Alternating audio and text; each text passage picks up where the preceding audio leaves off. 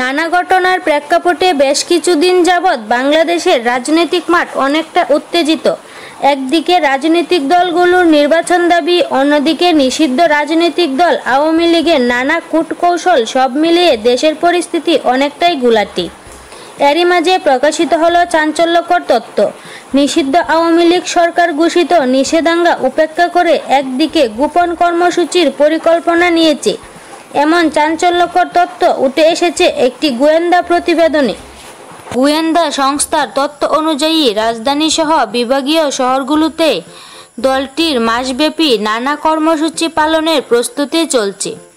এর মাধ্যমে দেশের আইনশৃঙ্খলা পরিস্থিতিকে অস্থিতিশীল করে অন্তর্বর্তী সরকারকে চাপের মুখে ফেলার চেষ্টা চলছে বলেও ধারণা করা হচ্ছে। সমৃদ্ধির পথে এগিয়ে যেতে দরকার ইস্পাত দৃঢ়বৃত্তি, তাই স্থাপনার স্থায়িত্ব। গোয়েন্দা প্রতিবেদন বলেছে, দলটির ঘোষিত প্রতিষ্ঠা বার্ষিকী উপলক্ষে 23শে জুন থেকে শুরু হয় জুলাই জুড়ে ঢাকা সহ সারা দেশে বিক্ষোভ প্রতিবাদ মিছিল, খাদ্য ও বস্ত্র বিতরণ, ভার্চুয়াল আলোচনা সভাসহ একাধিক কর্মসূচি গ্রহণ করা হয়েছে।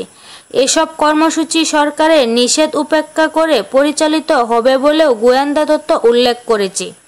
বিশেষ করে 23শে জুন ঢাকায় শ্রদ্ধা নিবেদন, 24শে জুন বিভাগীয় শহরে বিক্ষোভ, 1 জুলাই জেলাভিত্তিক এবং 16 জুলাই উপজেলা ও ইউনিয়ন পর্যায়ে কর্মসূচি পালনের পরিকল্পনা রয়েছে।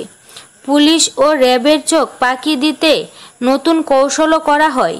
গোয়েন্দা সূত্র বলেছে, দলের মাঠ পর্যায়ে নেতাকর্মীরা পুলিশি নজরদারি এড়িয়ে ছদ্মবেশে এবং ভোররাতে জটিকা মিছিল করার পরিকল্পনা করেছে।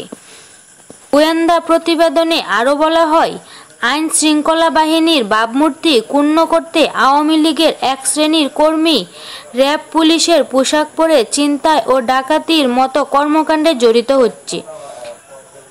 এসব ঘটনা জনমনে আতঙ্ক ছড়িয়ে সরকারের উপর চাপ সৃষ্টি করতে সংগঠিত করা হচ্ছে।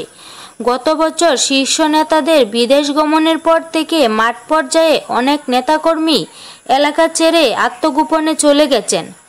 অনেকে পেশাজীবী নিয়ে নানা রকমের কথাও হচ্ছে, আলোচনা আরও বাড়বে।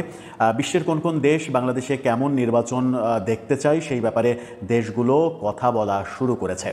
এরই মাঝে জাতিসংঘের পরিবর্তিত অবস্থান আমরা লক্ষ্য করেছি। জাতিসংঘ এর আগে আওয়ামী লীগকে বাদ দিয়ে ইনক্লুসিভ নির্বাচনের তত্ত্ব সরকার আবিষ্কার করবে, সেরকম এক ধরনের কথা বলতে এসে তারেক রহমানের আগে কি শেখ হাসিনা দেশে ফিরবেন, এই প্রসঙ্গ নিয়ে আপনাদের সামনে কথা বলবো। এই মুহূর্তে যদি আপাত দৃষ্টিতে আমার এই কথাটি মনে করেন যে তারেক রহমান এবং শেখ হাসিনা দুই মেরুর এবং বিপরীত মেরুর দুজন মানুষ। তারেক রহমান এই কারণেই বলছি যে বিএনপির এই মুহূর্তে প্রধান ব্যক্তিত্ব হচ্ছেন তারেক রহমান।